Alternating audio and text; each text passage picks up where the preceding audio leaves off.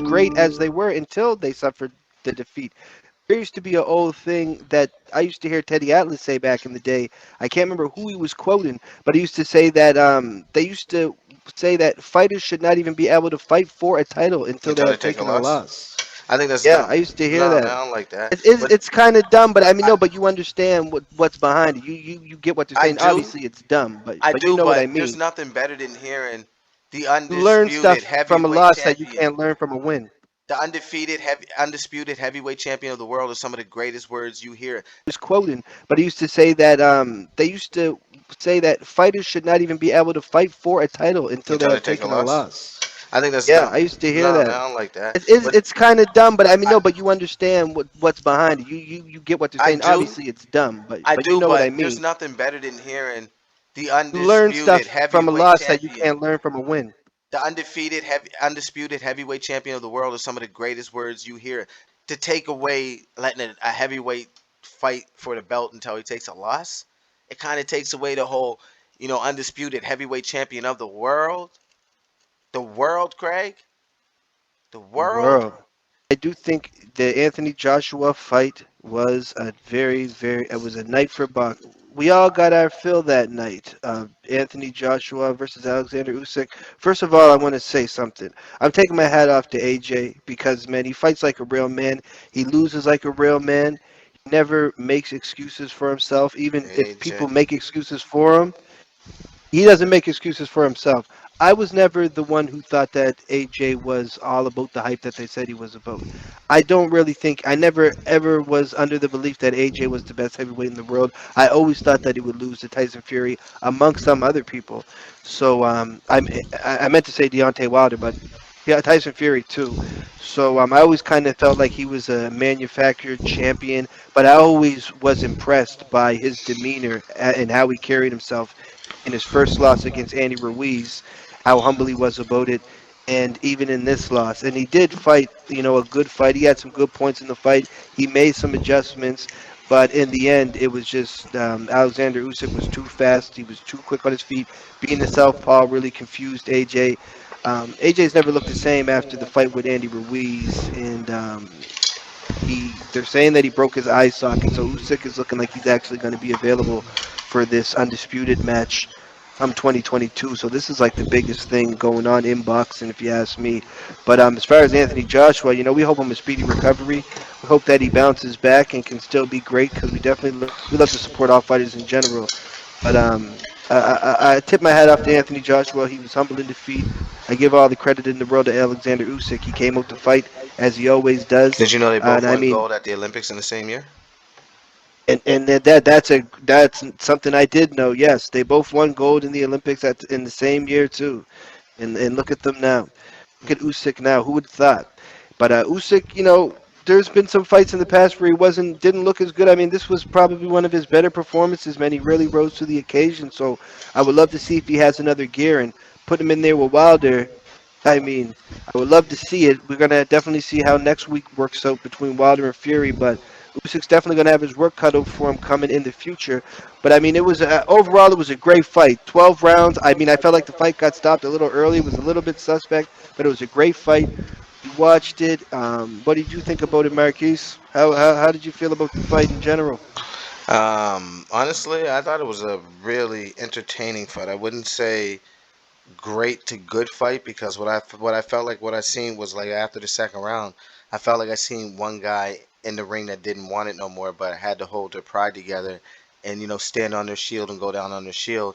But as far as him taking a loss gratefully and well, I'm gonna have to decline on that. Not because I have any issues with anybody of any sorts. I didn't really have a dog in that fight. They're from the UK. I'm from Canada, America, the lands of America. So I really follow our boxing a lot more. I like our style a lot more, and I like the competition that the USA guys bring. But as far as like him being humble, no man. You don't say at one moment the belts don't make the man. You're not worried about fighting the man. You're fighting for the belts, and then you say, well, the belts don't matter. Before he wasn't so quick to want to jump in the ring with Deontay Wilder. Now all of a sudden he lost his belts, and he's willing to fight Deontay Wilder. Like I don't I don't see where you're humble, where you're being humble. You seem like you got humiliated. There's no humility there. It just sounds like you got humiliated because you go from I don't want, I don't care. It's not about the man. It's about the belt. So you're willing to fight whoever owns the belts. And then you're saying as you lose, it's not about the belts. You're willing to fight whoever.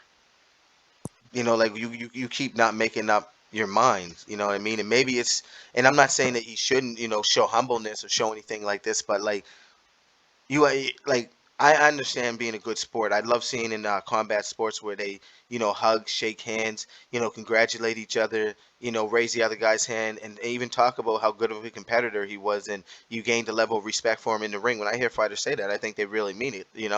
But I think he's too soft, and I don't mean that like he can't take a beating because he didn't have to go 12 rounds with a broken eye socket and keep going, and he did. I said he got it at in round 9, and he kept going. They got hurt and whatnot, but I think he's soft in the sense of you want to play buddy buddy with every one of your opponents. How can you go hurt a man if you want to see him as your friend?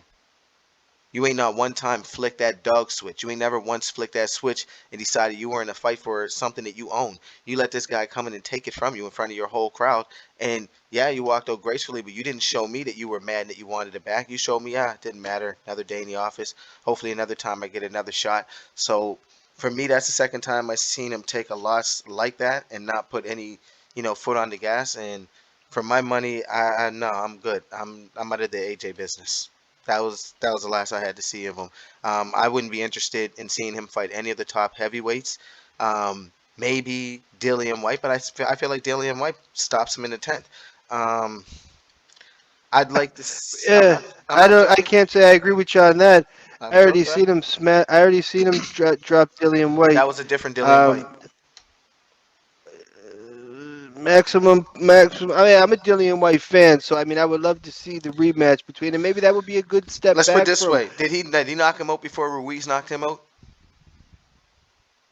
Did he knock? Yeah, Okay, so do you obviously. think that version of AJ beats Dillian White It's hard to say, man. in a Dillian White's rematch? a great fighter. I love Dillian White, but he's kind of a reckless fighter. That's cool, That's but what I'm got asking him. you. That's what got him knocked out against AJ the first time. AJ knocked him out brutally. Yeah, but I'm asking you, and this is what I'm asking you. Now, since AJ been knocked out, do you think he actually, do you think that version that just fought, do you really think he beats AJ? I want to say yeah, because I mean, do you really think you really think he's beating Dillian White? That version that we just seen I against want to say Usyk. yeah. I want to say yeah because it makes my point, but I can't say for sure, honestly. But have you seen him? And I like Dillian White. Have you seen? I Okay, want to support Dillian. okay. So in the fight, did you see him throw a jab, like a real jab that was like with meaning behind it? Or did you see him throw a jab looking for distance? He fought every round, and I got to shout out somebody else because I just remember they said this to me, and I was like, that's a better take than what I put on it. He looked like he was fighting every round like it was a feel out round. You're talking about the Usyk fight? Yep. Name, Yeah. name when did he fought every round like he was in the first round, getting He was ready to feel him crouching. out. He was crouching low. He had his ass out. I was wondering that same thing while the fight was going on. He didn't look, Okay, but I mean, he fought but a he looked like that. decent fight. But he looked He like had that in some the high last. points in the fight. But he looked like that in the Mm. last Ruiz fight, though. The only reason why he didn't get caught is because Ruiz ain't that fast, and Ruiz wasn't jumping up in his face and trying to sting him. Ruiz was waiting for him to be there so he can catch him. I'm just saying, I can't see that style of AJ beating a lot of heavyweights right now. And that's not me saying he ain't no good. The guy's an Olympic gold medalist. He was a unified heavyweight champion. He defended his title against a few guys. So I'm going to give him the credit. And I mean, I might have to watch his fights over because maybe someone took a dive or something. But I'm just saying, like, that version of AJ, I don't know who. I don't know. I just can't see it. Come on, guys. What are we talking about here? That version of AJ's beating a top 5 heavyweight? Because if that's the case, Well, man, that Canelo and was supposed to Benavidez be might as well step he up. was supposed to be a top five heavyweight. But Andre Ward, AJ Andre Ward might as well come out of retirement and go fight heavyweights if that's what I seen in him. I'm not saying I'm a boxing expert, but Andre Ward said before he retired that was gonna be his last fight against Anthony Joshua. I heard him say this on the why do you McGraw think? Move. He said Did you? he was training to fight Anthony Joshua because he knew Anthony Joshua was soft from then. See, Everybody knew that, but they built Anthony Joshua up to be this guy. This so was you the mean? guy that they wanted. He was So the let me clean ask cut you. guy. He was the British guy. They like those guys more Let me than they ask like you. Deontay Wilder. Let me ask you Yeah, though. you know, styles make fights in boxing, so maybe there could be a guy to top 15 that could beat him that don't nobody know. That's how boxing is. AJ's style is the type of style that if you have enough skill in the ring, you're probably going to be able to beat him. That's why he only fought certain people in his career. Why do you think he never fought King Kong Ortiz? But He I didn't get even that. want. He didn't want nothing to do with that fight. But And that's yeah, I don't know. but that's what I'm trying to say though. That's why I'm like, I can't see this version of AJ beating anybody in the top 5 anymore because he just seems timid. He seems gun shy. Like I've probably seen him throw like three real meaningful punches the whole fight. Yeah, well, he got some off on Usyk. Usyk's face will tell the tale of that. Yeah, the fifth and the sixth round, maybe seventh, and then that was it. And then he went back into his shell and didn't show up anymore. So that's it. That's just my take. Like I ain't trying to poo-poo on anybody. I'm just saying the guy looked like he wasn't showing up. It was not a good night to not show up. But I Now, don't know.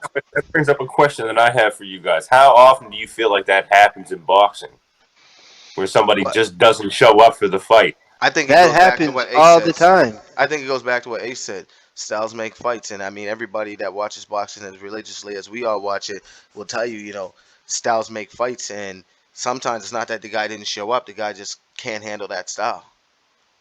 You The know. age-old tale in boxing from years gone by. From oh man, this has happened to everybody.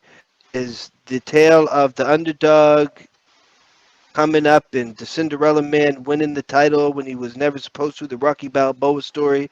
And it always usually ends the same way. We've seen it many times over the years is they come back from the rematch and they're not the same fighter. They're not ready to live up to it. We've seen it with, Roberto Duran and Sugar Ray Leonard when they fought the first fight in Montreal here, and and Sugar Ray had lost. It's the first time that he ever lost.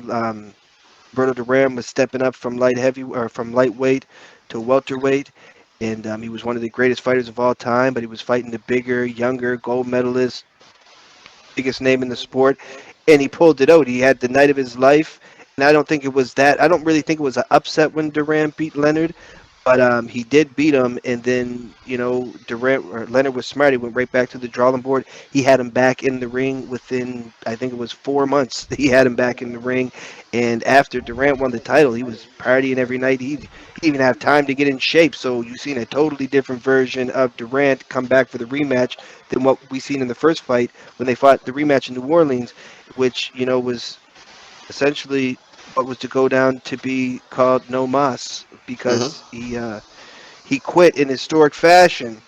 And then, it happens again. You can look at Douglas Tyson. Buster Douglas beat Tyson in Tokyo, Japan in 1990, and one of the biggest, probably the biggest upset in boxing history. Buster Douglas. A lot of people say that on that night, the fighter that Buster Douglas was that night was the greatest version of a heavyweight that ever lived. He fought the perfect fight against Mike Tyson, who was an indestructible beast. He couldn't be beat. Anybody who knows boxing knows Mike Tyson, right? So yeah, Buster Douglas knocks him out in the 10th round. And what happens? Holyfield's next. Tyson and Holyfield were supposed to fight, but obviously that plan got derailed. So he's right in now with Holyfield. Big money. I can't remember exactly how long after it was, but he came in the ring like 30 extra pounds than what he was for the Tyson fight, so on and so forth. He was knocked out in 2 rounds. And so on and so forth. It happens. Andy Ruiz and Joshua, same deal. Andy Ruiz came out, he fought, he upset the world, and he just wasn't ready the second fight. So a lot of times I find it's just a matter of guys when they win belts or they win big, they don't prepare enough. They let themselves go. That's why a fighter like Floyd Mayweather was able to have sustained greatness over a great period of time because training was just his lifestyle. He never ever veered too far away. He fought almost at his natural weight. He never really had to worry about. He wasn't a big drinker. He partied, but he partied like clean. He would jog home from the club. He would he just meshed his training with his lifestyle and that's why he was able to have sustained greatness. But most of these fighters, they're looking for the payday.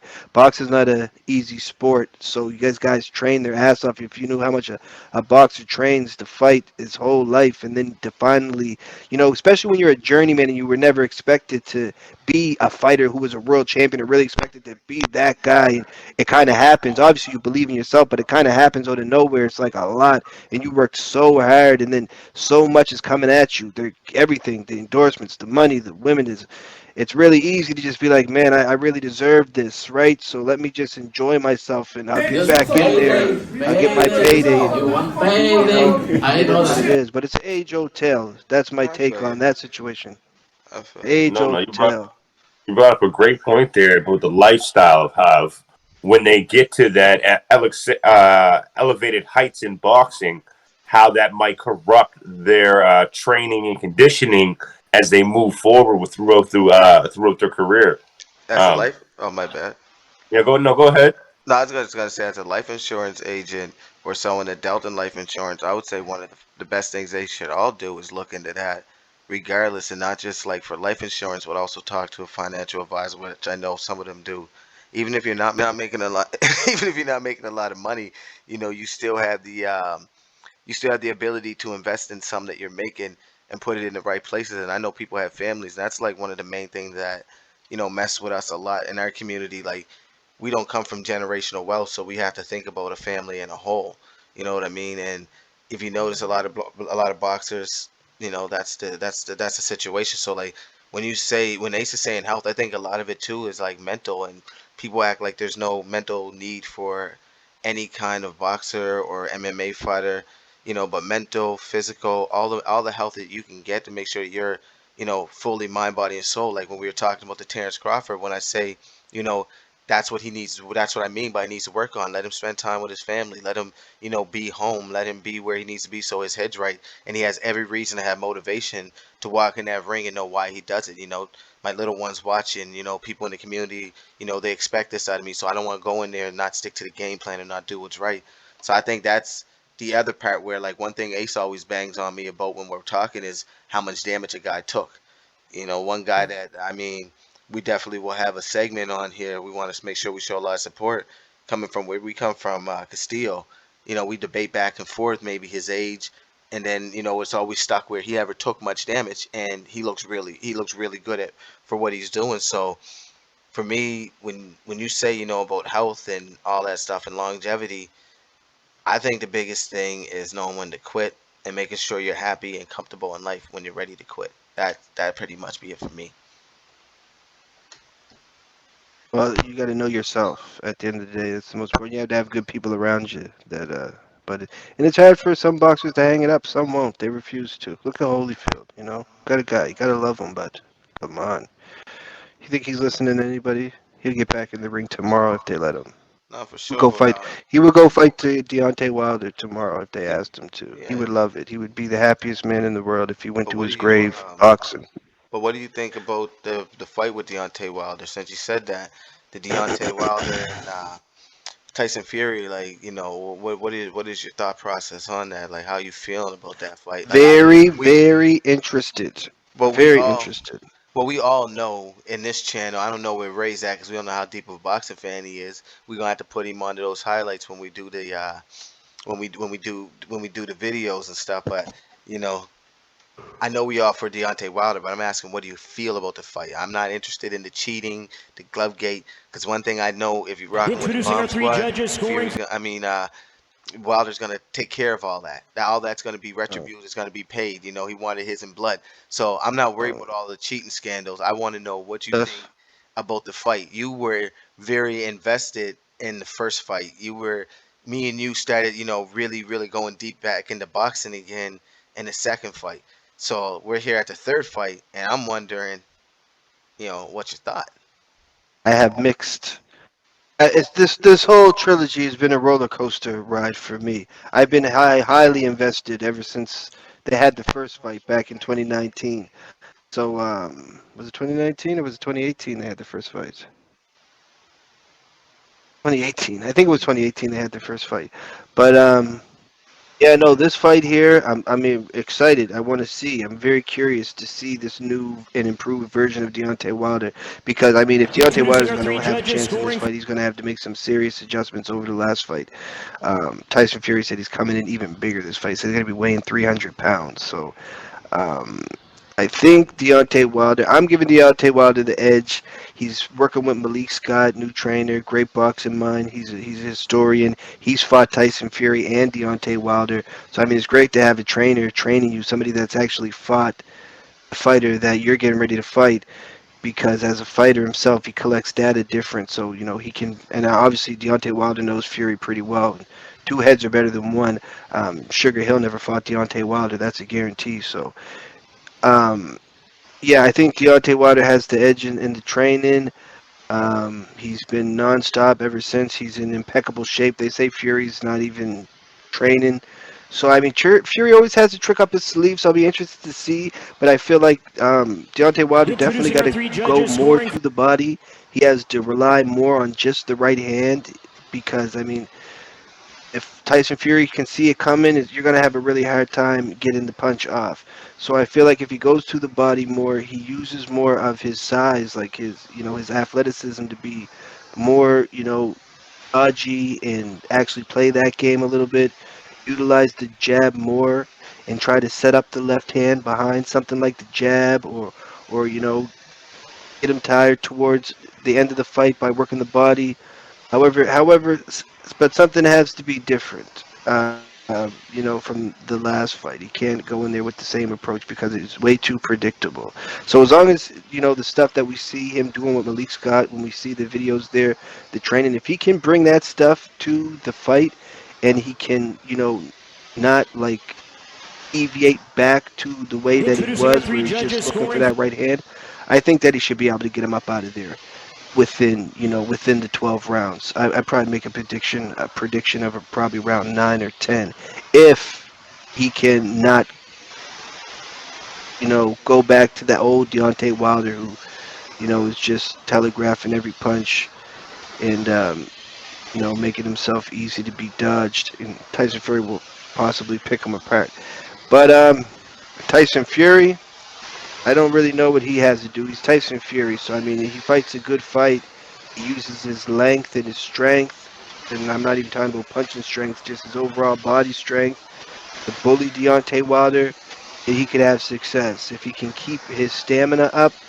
He's going to be a hard man for Deontay Wilder or anybody else to beat with his size. And if he's ready to go 12 rounds, then it could definitely be a long night. It's not going to be a walk in the park. Introducing our It's three definitely going to judges be scoring. interesting. I'm going with Wilder. I'm looking for redemption. I'm waiting for him to get it back in blood. So I'll be tuned in and I'll be supporting the Bomb Squad. But he definitely got his work cut out for him. So we're not looking past Tyson Fury for sure. Alright, nice, nice. Well, for me, I'm gonna tell everybody, there's enough of us Scotians in watching boxing, watching sports, because we also got hockey and we got basketball for you, and we're gonna bring a few guests in for a few other sports and everything else. So, we might even have a watch party where, me, Ace, Ray, sit up and watch the fight, call some of the things we call talking with you guys. We do some I things might like have to that. go live from the bar. I think I might be going up for that fight actually. My honest thoughts on this fight is very simple, man. You said a few things, which is the first fight was actually the 1st of December 2008, but Introducing our three you said judges 18, yeah, scoring. okay. yeah, Good. 2018, my Thank bad. you. Yeah, no, you good, man. I know you knew that one. It's just been a long night. But Deontay Wilder knocking him out in the ninth round, I take it, but I want to see him knock him out maybe last minute of the 12th round. I want to see Fury sitting there and take an ass whooping the whole night. Um, my second thing is I think what Fury really needs to do is he needs to protect that body and protect that chin, because I feel like Wilder's coming for it to slow him down and make sure that he can set him up. Like, there's ways to set people up, but when you slow an opponent down who likes to move a lot, herky jerky, all that stuff that he likes to do, and you start hitting that body, it becomes hard to keep your arms up. It becomes hard to keep those legs moving, and you start, being right there to be hit. And I think after that, that 1-2 that we see in him practice, he's gonna start lining him up with that, and he's gonna get him up out of there. So that's why I say protect the body, protect the chin, and you might actually survive. My Introducing our three judges prediction, scoring. honestly, is I don't really have a prediction. If Wilder, if Fury's actually watching, he's not able to pull off his stuff. I feel like it's night night for him, and it's whenever Wilder's done and he feels like he's had enough. But that would be my take on everything on just the fight alone. It's been a long 18 months anticipating this fight. All the cancellations, the naysaying about everything that Wilder did versus anything that Fury did. You know, we're letting Fury get away with everything, but the one thing he hasn't been able to get away with, no matter how many millions of dollars that you pay, is this ass whooping he's going to get out of Fury. So we're going to see, what is it, October 9th? We're going to see. We're going to be in the building, and I'll probably be one of the first people reporting just as that fight ends, because I'll probably be doing a recording on that fight as it's going, because I have a feeling it just might not go the distance. But that's Butch, Ace, Ray. That's us on Introducing our three sports in the judges fight scoring. game, the fight world. Stay tuned. We're gonna have some hockey talk. We're gonna have some football talk, basketball talk, and I mainly want to bring you guys hockey talk because we really want to, bring a new change, a new face to hockey, man. Like, not saying that anything's wrong with it, but there needs to be, brothers talking about hockey. Scotians alone talking about hockey. Like, we made the leagues. Like, we made the leagues. We may not have actually created the actual game, but we did make the leagues. We were playing the game. We were on the ice. Let's get back to really, speaking hockey. We watch it. Let's do it. But for that, man, Sounds that's good.